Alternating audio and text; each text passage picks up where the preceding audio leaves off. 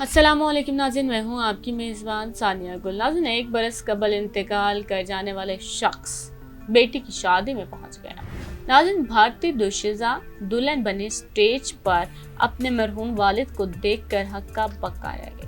गैर मुल्की media reports के मुताबिक भारतीय रियासत हैदराबाद में दुल्हन साहिर बिश्नोई के वालिद एक बरस कबल कोरोना में मुब्तला होकर दुनिया से चल बसे थे और शादी के मौका पर बिश्नोई अपने वालिद को याद करके बहुत उदास थे, जिसे भाई ने ऐसा अनोखा तोहफा दिया कि दुल्हन समेत तमाम अहलिहाना जज्बाती हो गए।